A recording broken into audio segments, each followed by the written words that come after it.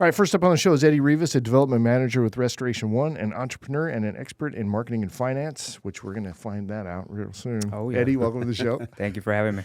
So tell me about your background. How'd you get involved in business, marketing, finance, and all that? So it started out, believe it or not, right, I would say freshman year in college. I started my own brand for marketing. It was for boxing. And at first, it was just promoting local fighters in the city. And then it became like, wow, you guys are actually helping me grow and gain a brand and, getting some decent fights.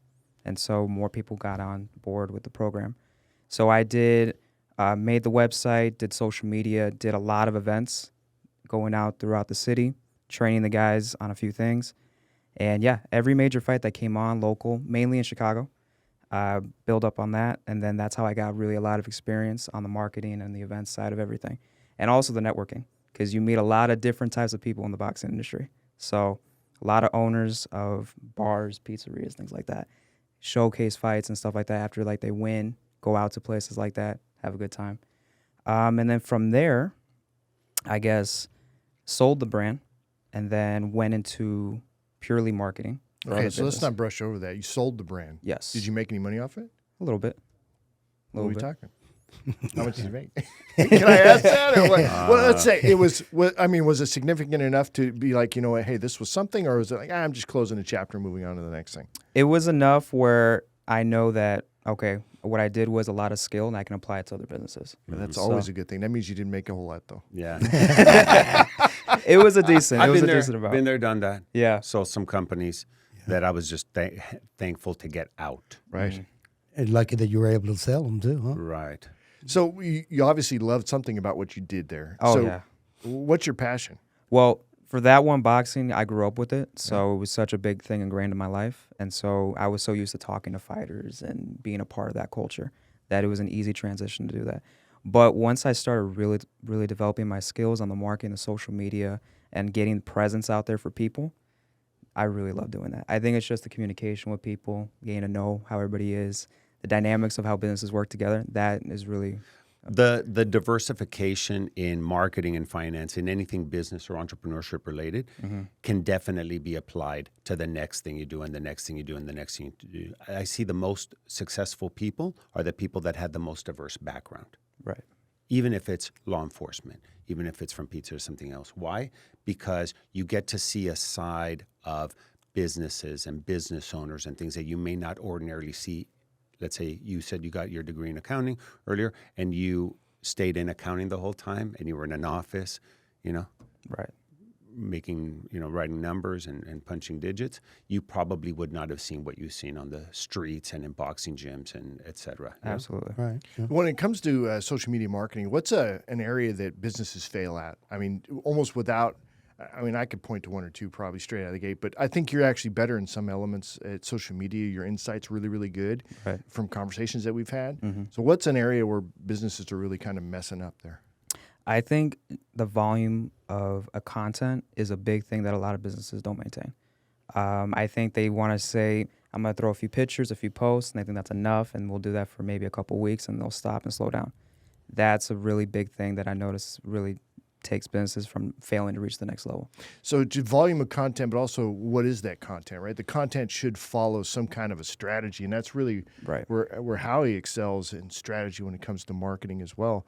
But but that's good. So volume of content. So that's one of the things this show does well is create a ton. If you guys Yes, it follow me does. on social media, I'm like all over the place all the time. It's because I create a ton of content out of here, and then I multi-purpose the content, like pictures and all this other kind of stuff, right? And then that leads to help with Google reviews, like you mentioned earlier, Carl. So anyway, so volume of content. Right? Yes. And then I guess right now, just because of how all social medias are kind of going, video content, especially short form content, that 10, 15-second vid, that's really, really going to help with the growth. So, Yeah. I'll throw in one additional thing is how you vary what you put out. So what we ask our clients to do is find things that are about your business, things that are social in nature that your company is participating in, if it's a company picnic or something really a lot of fun or something unique that you did. What have you done for nonprofits, and can you showcase that? and say, hey, you know, we came out to this event and we helped at the food bank, or we helped at the battered women's shelter, et cetera. And then there's a diversification, back to that theme of diversification of content. Now it's not just the same old things coming from the same companies. All about them, all about their products, all about their business. That gets a little old right pretty quick. So, Eddie, when it comes to talent, what's your biggest talent with respect to business development? Business development, I would say the biggest talent is being able to communicate with different types of people from different backgrounds and be able to bring people together from that. That would probably be the biggest talent I have. I've done it, at least for this business right now, for restoration, bringing in people from the insurance industry, from the trade industry, from the commercial property industry all together, and being able to actually use each other for business. That's a big thing. Even though some of them might have a different mentality when it comes to business and all that stuff, but being able to bring everybody together, that's a big thing. Yeah, your reputation is really, really good too, and you're so easygoing, right? When you talk to people, it's like you're not trying to push something. You never come across as salesy at all. Okay, just wait. Now, okay. By the way, buy my stuff. No, but Right. oh, that's cool. All right, how you got questions for Eddie? You know what? Tell me a little bit more about Restoration One. I know it sounds like a race car team, but when, It kind of what- does. Actually. yeah, what do Yeah. you? It's cool. What is your specialty? Where do you get and where do you get most of your business from? Right. So I would say right now we're actually at a balance point where half the business is actually coming from websites, people just calling in whenever there's an emergency. The other half is the one I really try to develop, and that's the strategic alliances with insurance, tradesmen, and commercial properties, gaining contracts for vendorships and stuff like that. Gotcha. So So that's that- where it comes from. And then what's your specialty? If you say, hey, look, you know what? We really love residential, or really good at commercial, or we're really good at water, fire. I mean, I would say water is the biggest thing Okay. because that's the most we get called out for is water damage all over the home. Fire damage also is a big one coming up since it's the summer. We know AC condensate lines all over the city are bursting right now. Oh my gosh. Yeah, and it causes a lot of different types of damages. Yeah. So what kind of damage does an AC line eruption cause? So basically, an AC condensate line, when it goes into the attic, usually what's going to happen, it's going to burst, and then water is going to start filling up in the attic, going through insulation from the second to the first floor. Yeah. And then you're going to have to tear down some sheetrock or whatever type of material is there, then dry it up, and then put it back together. Why are the lines bursting? I think it's just most likely, I'm not a plumber, Yeah. so I can't give you the full Well, scope you've of seen that. them on TV. Yeah, go ahead. Why do you think your unprofessional opinion there? Right.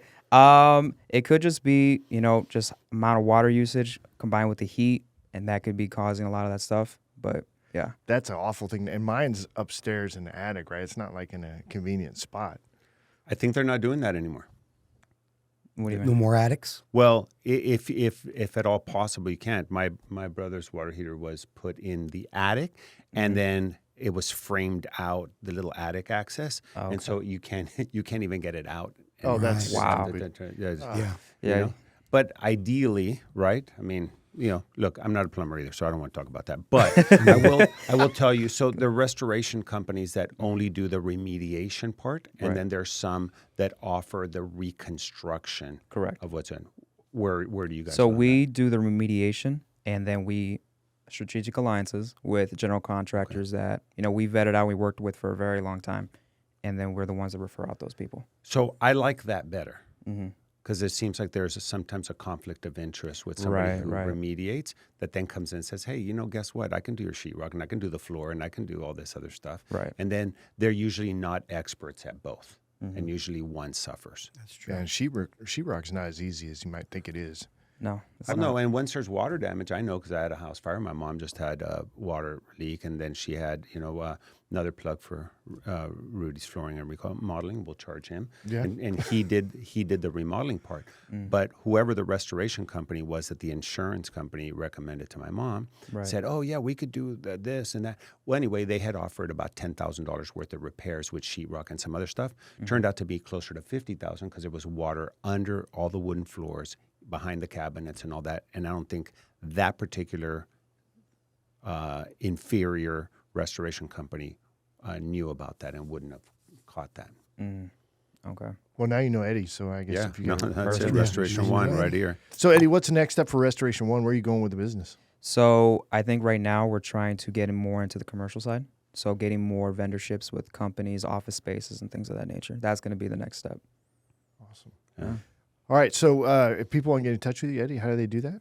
So to get in touch with us, you can call Restoration One of Texas Hill Country or Restoration One of San Antonio North. Those are our 2 locations here in the area. So How long you guys been in business? 4 going on 5 years now. Awesome. Well, thanks, Eddie. I appreciate that.